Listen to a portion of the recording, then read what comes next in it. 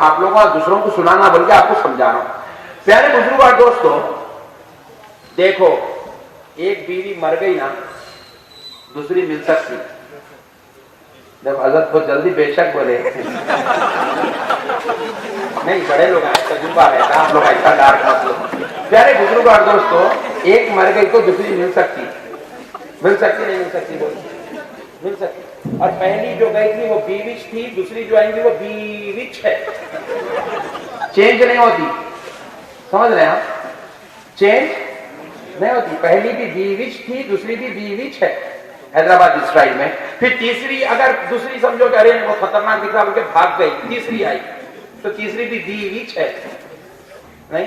और एक खास बात बताओ मैं आपको, पहली वाली अगर फॉर एग्जांपल जो है जरा खूबसूरती में कम रहा, हुस्न जमाल कम रहा, थोड़ी काली पीली रही, तो दूसरी गोरी मिल सकती, चांसेस है। दूसरी में भी कुछ खामी रही तो तीसरी में वो खामी भी दूर करके तीसरी भी बीवी और काबिल और अच्छी सलाहियत वाली, हुस्न जमाल वाली मिल सकती। क्वालिटीज पहली में कम थे, दूसरे में थोड़े एक्स्ट्रा हो गए, दूसरे में कम थे तो तीसरे में और एक्स्ट्रा हो सकते।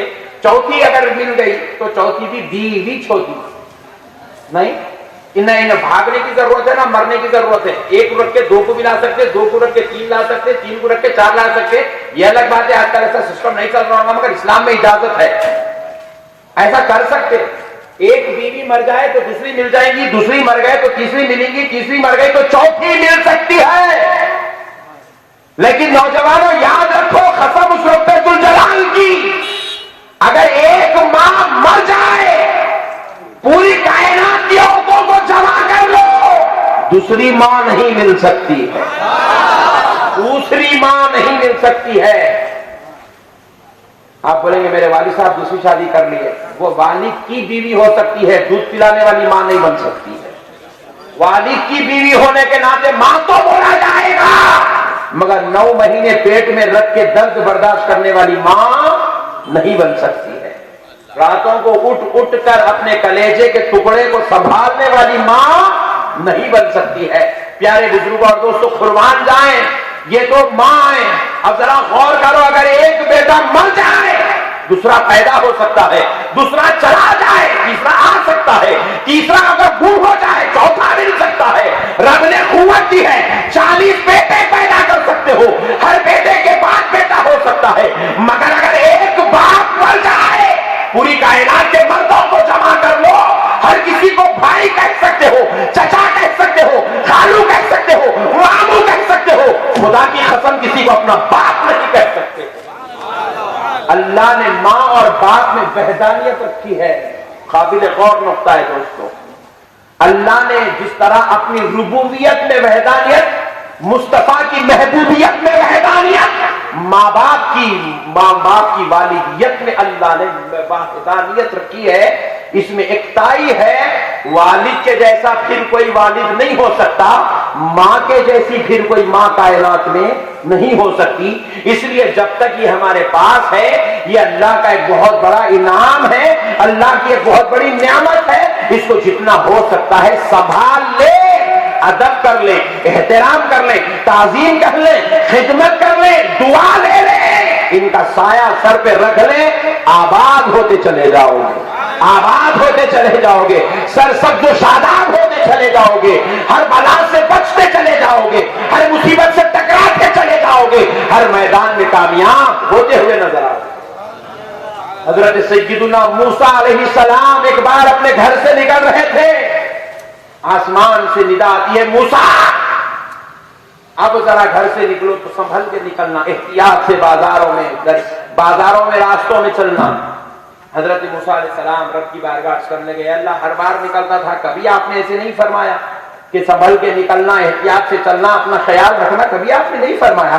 ए अल्लाह आज फरमा रहे हो, बात क्या है? तो रब्बे करीम इरशाद फरमाते, सुनो मूसा, अब तक तुम घर के बाहर निकलते थे तो तुम्हारी माँ घर में बैठकर दुआ करती थी, ए मौला मेरा बेटा मूसा घर के बाहर निकला है, हिफाजत करना। वो माँ दुआ करती थी, रब हर मामले में तुम्हारी हिफाजत करता था। अब वो दुआ करने वाली इंतकाल कर जा चुकी है, अब खुद को अपनी एहतियात का सामान जमा करना होगा।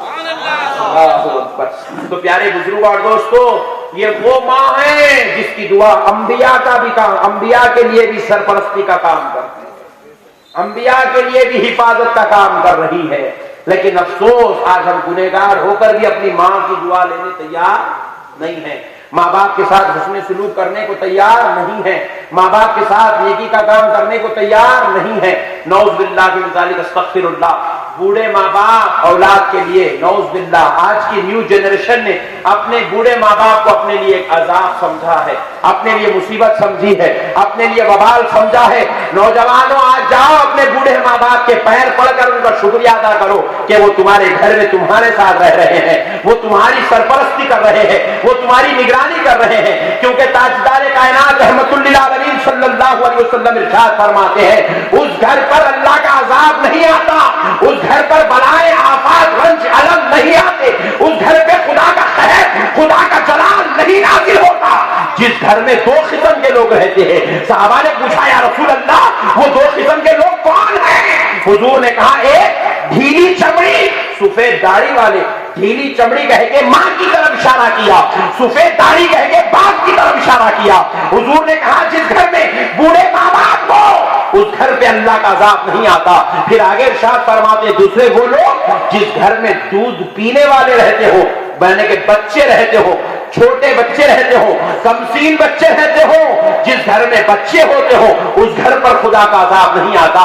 अरे आज हमारा घर बेनमाजी होने के बावजूद, तिलावत से महरूम होने के बावजूद, इबादत का जज्बा खत्म होने के बावजूद भी अल्लाह का अजाब नहीं आ रहा है, क्योंकि रब फरमाता है जिस घर में बूढ़े रहते हैं उस घर पे अजाब भेजने मुझे शर्म महसूस होती है।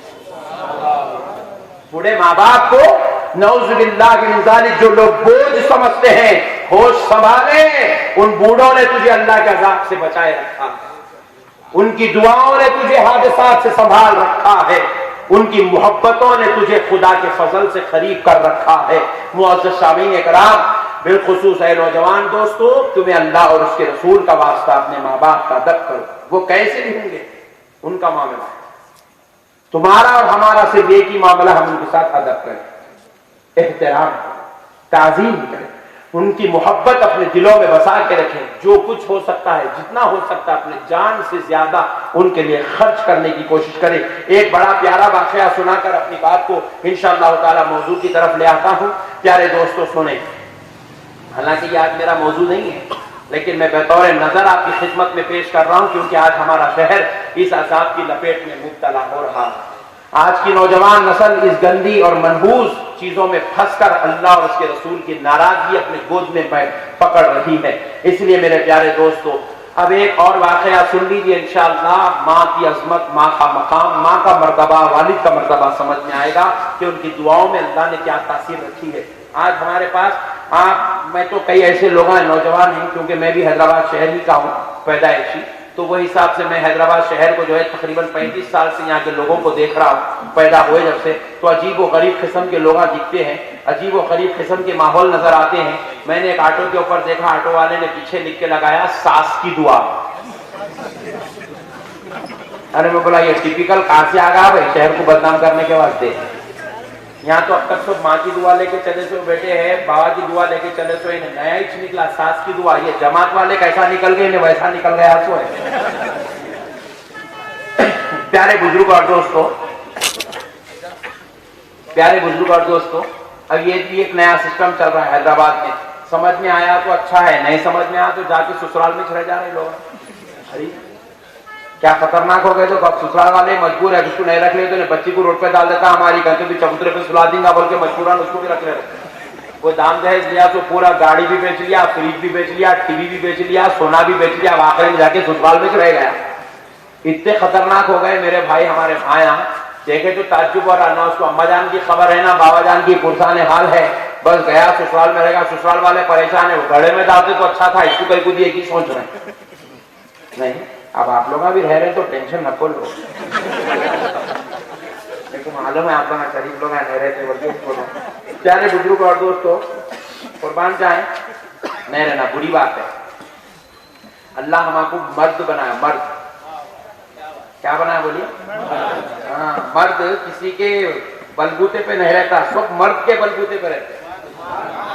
मर्द बोले तो ये आर्म्स बनाना, डंबल उठाने का नाम मर्द नहीं है। 40 लोगों को पालने का नाम मर्द है।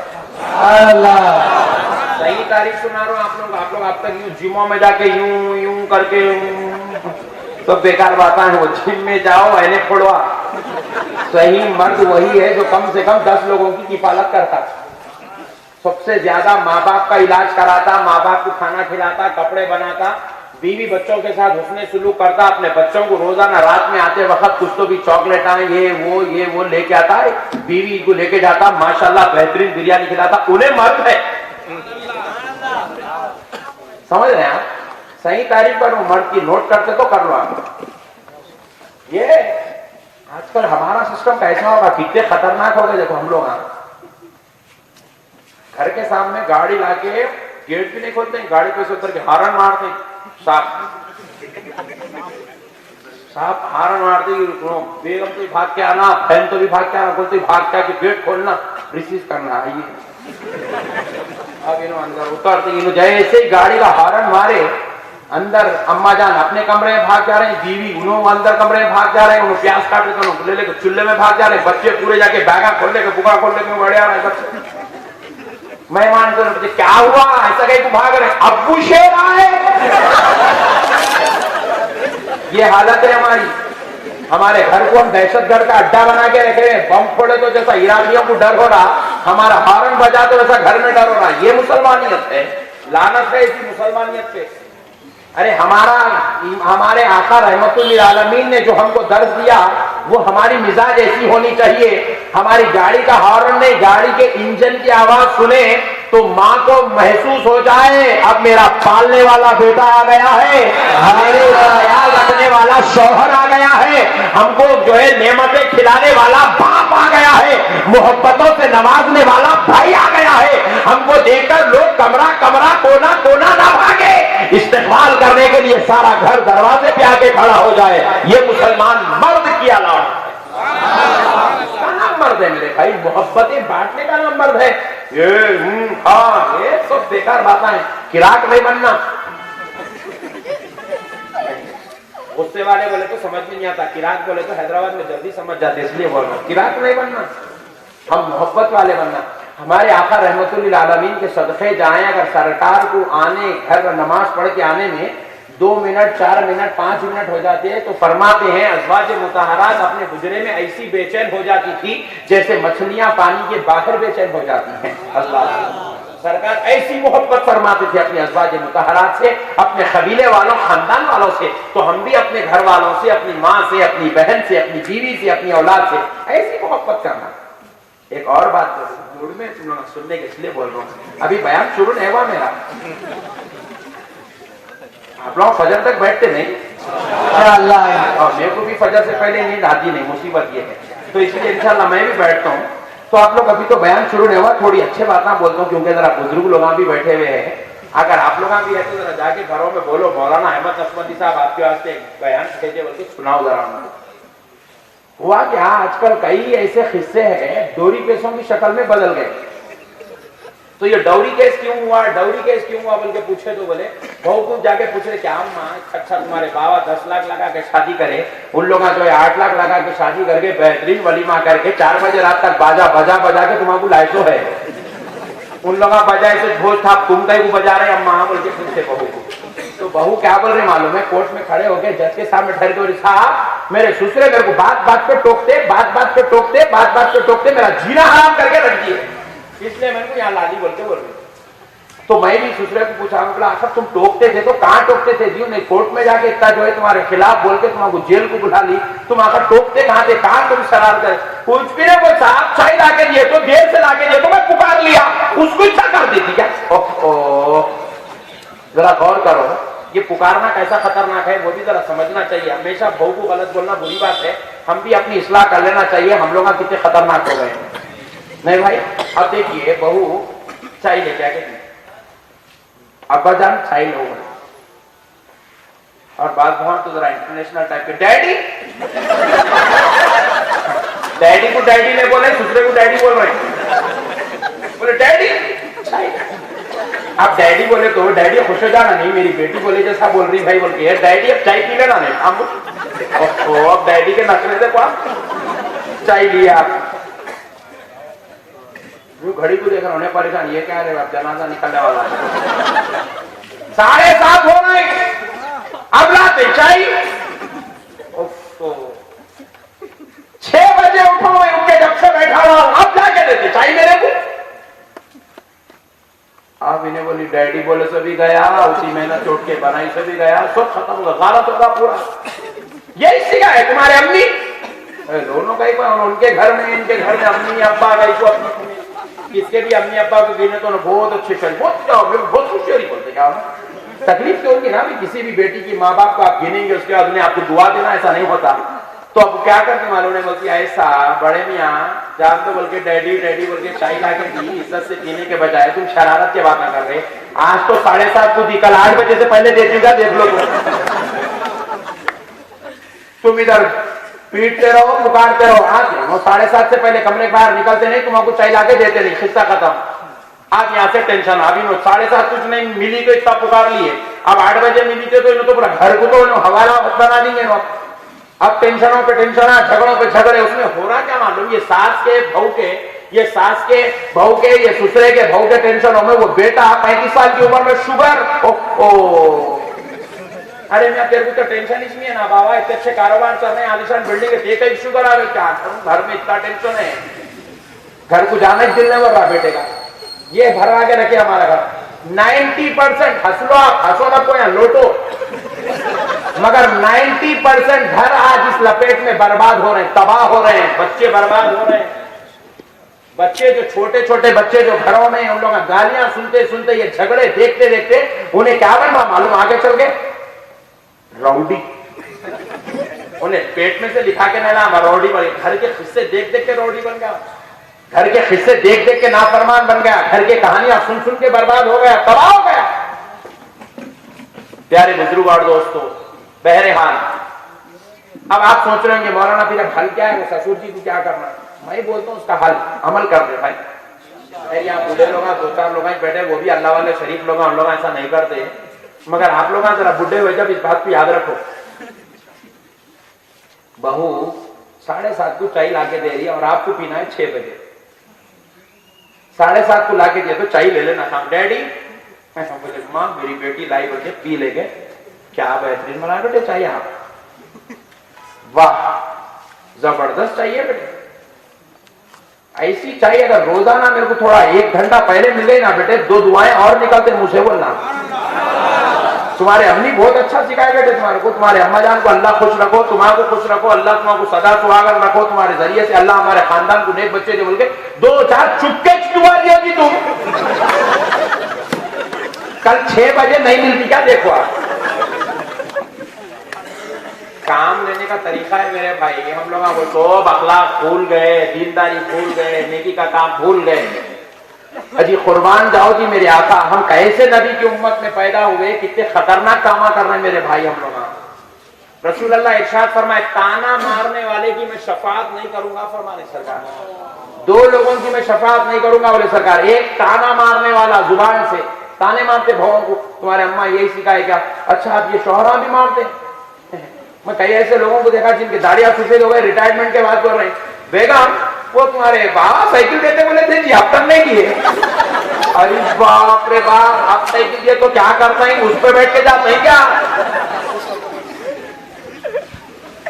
अभी तक याद रखे मेरे भाई, वो साइकिल को भूले ही नहीं, वो साइकिल को तानों पे जिंदगी चल रही पूरी मुकम्मल। जर्रा इस तरीके गलत हुई तो तुम्हारे अम्मी यही सिखाए, वो इस तरीके से अम्मी को क्या ताल्लुक है भाई, खाली तानों पे लाइफ चल रही मेरे भाई। अब वो ताने सुनते सुनते सुनते ने बेजार हो गई। बोले एक दिन डॉवरी के इनको लिख जाए कि अंदर बिठाए तो सुधरने वाले नहीं सुधरते, आखिरी पोजीशन है वो। कई जगहों पे देखे मेरे भाई, बस यही है खाली तान, कुछ भी बोलते ये नहीं सिखाया वो नहीं सिखाया। आजकल कहां सीख रहे मेरे भाई बच्चियां, लाड़ों में मोहब्बतों में, बाप के घर में बेटी एक नेमत बन के है। आपके घर में आपको जैसी जरूरत है आप वैसा संवार लीजिए, वैसा बना लीजिए, वैसी मोहब्बतों से उनको नवाजिए, आप जैसा चाहेंगे और वैसे बनते चले जाते। बहरहाल प्यारे बुजुर्ग और दोस्तों, एक अच्छी बात सुन लीजिए।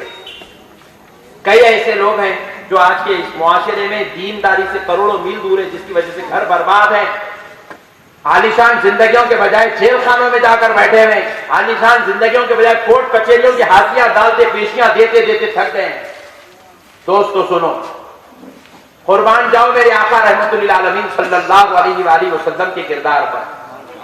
मेरे आका सल्लल्लाहु अलैहि वसल्लम को एक बार हजरत हफ्सा रजी अल्लाह ताला अन्हा के घर की बारी थी। आका अलैहिस्सलाम उनके घर रह रहे थे।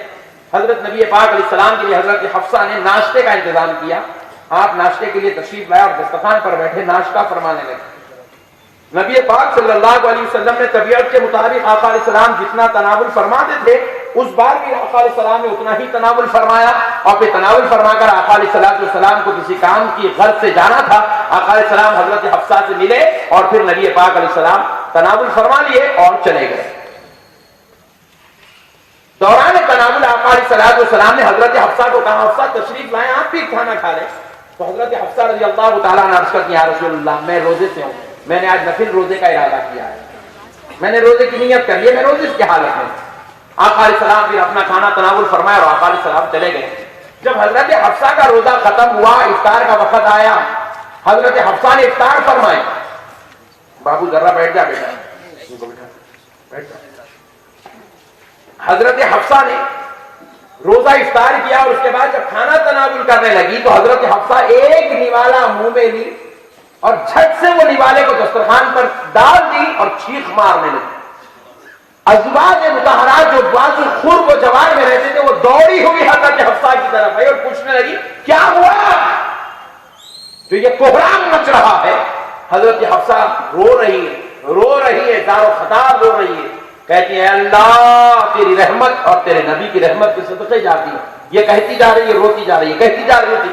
अज़वाज मुतहरात ने पूछा, क्या हुआ, तो हजरत हफ्सा अर्ज़ करने लगती है, मैंने रसूल अल्लाह सल्लल्लाहु अलैहि वसल्लम को जो खाना सुबह में खिलाया था अपने दस्तरखान पर, वही खाना मैंने अब खाया। उसमें मैंने शायद गफलत से 2 बार नमक डाल दिया। वो खाना इतना खारा है कि मैं पकाई हूं और मैं खुद मुंह में नहीं रख सक रही हूं। मैं पकाई हूं और वही खाना एक निवाला मैं अपने मुंह में नहीं संभाल सक रही हूं। मेरी जबान उस खाने के मजे को बर्दाश्त नहीं कर रही है। मैंने उस खाने को दस्तरखान पर उड़ेल दिया और मुझे याद आया, यही खाना मेरे आका सुबह में जितना तनावुल कर सकते थे तनावुल कर गए। पेशानी पे बल तक नहीं आया, जुबान पे शिकवा नहीं आया। एक लम्हे के लिए मैं सामने बैठी रही, मुझे जाहिर तक होने नहीं दिया कि इसमें नमक इतना ज्यादा है। अल्लाहु अकबर, मेरे आका की रहमतुल लिल आलमीन को याद करके रो रही हूँ, उनकी शाने करीमी को याद करके रो रही हूँ। आका अलैहिस्सलाम जब बाहर से तशरीफ लाए, नबी पाक अलैहिस्सलाम ने हजरत हफ्सा के रोना देखा, उनकी आंखों का फूलना देखा, चेहरे पर वो इम्तियाज देखा, तो आका अलैहिस्सलाम ने पूछा, ए हफ्सा क्यों रो रही हो, बात क्या है? कहा, या रसूल अल्लाह, आपके कुर्बान जाऊं आका, उस खाने में नमक ज्यादा था, मैं अपने मुंह में ना रख सकी, आपने पूरा खाना तनावुल कर लिया, मुझे बताया तक नहीं, मुझे बोला तक नहीं, मुझे अपने चेहरे पर, अपनी पेशानी पर बल तक आने नहीं दिया। तो आका अलैहिस्सलाम फरमाते हैं, ऐ हफ्सा, तुम हर बार अच्छा खिलाती हो, हर बार अच्छा खिलाती हो, अगर एक आध बार नमक ज्यादा हो जाए तो उसमें शिकवा करना ये कहां की बात है? सुभान अल्लाह, अल्लाहु अकबर, तकबीर, अल्लाहु अकबर, रिसालत, या रसूल अल्लाह, रिसालत, या रसूल अल्लाह, रिसालत, या रसूल अल्लाह, अहले सुन्नत जिंदाबाद, अल्लामा मोहम्मद अहमद नक्शबंदी साहब जिंदाबाद, अल्लामा मोहम्मद अहमद नक्शबंदी साहब जिंदाबाद, शाने दकन जिंदाबाद।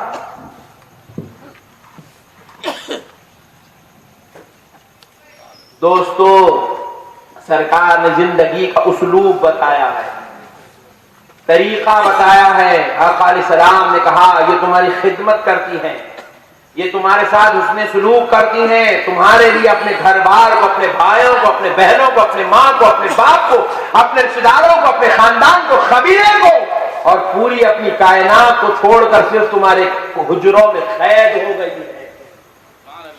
हक और ईमान से बताओ, यहाँ इतने नौजवान बैठे हैं, हमारा रिश्ता हमारे खलेरे भाइयों के साथ, फुफेरे भाइयों के साथ, मुमेरे भाइयों के साथ, चचेरे भाइयों के साथ शादी से पहले अगर खराब भी था तो शादी के बाद और अच्छा हो गया है। दावत में आए थे, गिफ्ट दिए, मोहब्बत बढ़ गई।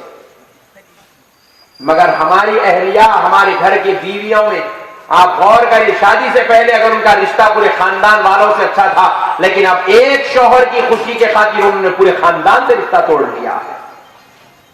किसी खलेरे भाई के सामने शौहर बोल दिए नहीं निकलना, तो नहीं निकलती है बीवी, सिर्फ शौहर की खुशी के खातिर।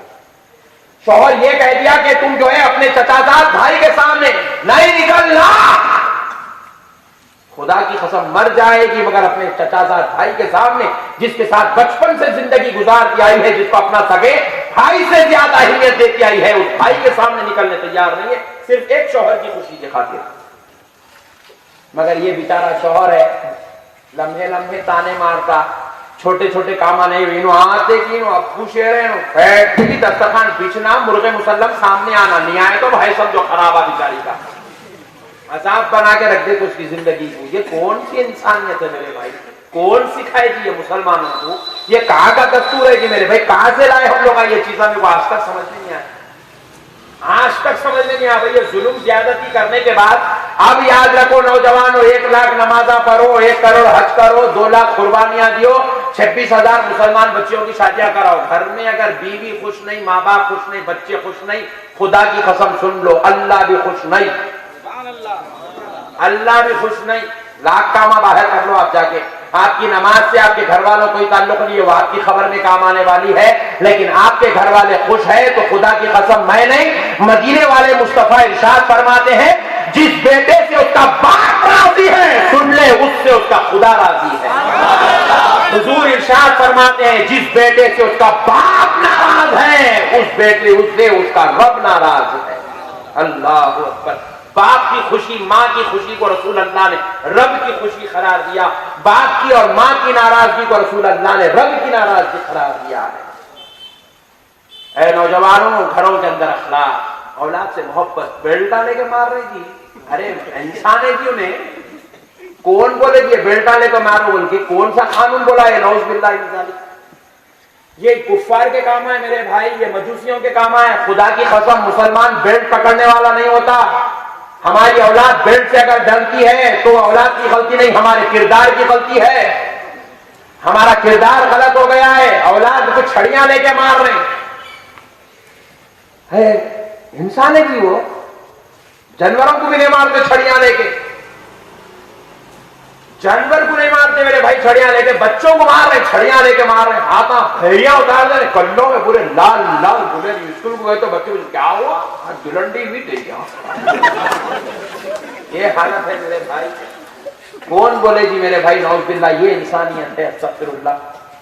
अजी कुर्बान जाए मेरे आका रहमतुल्लिल आलमीन सल्लल्लाहु अलैहि वसल्लम के घर के बच्चों।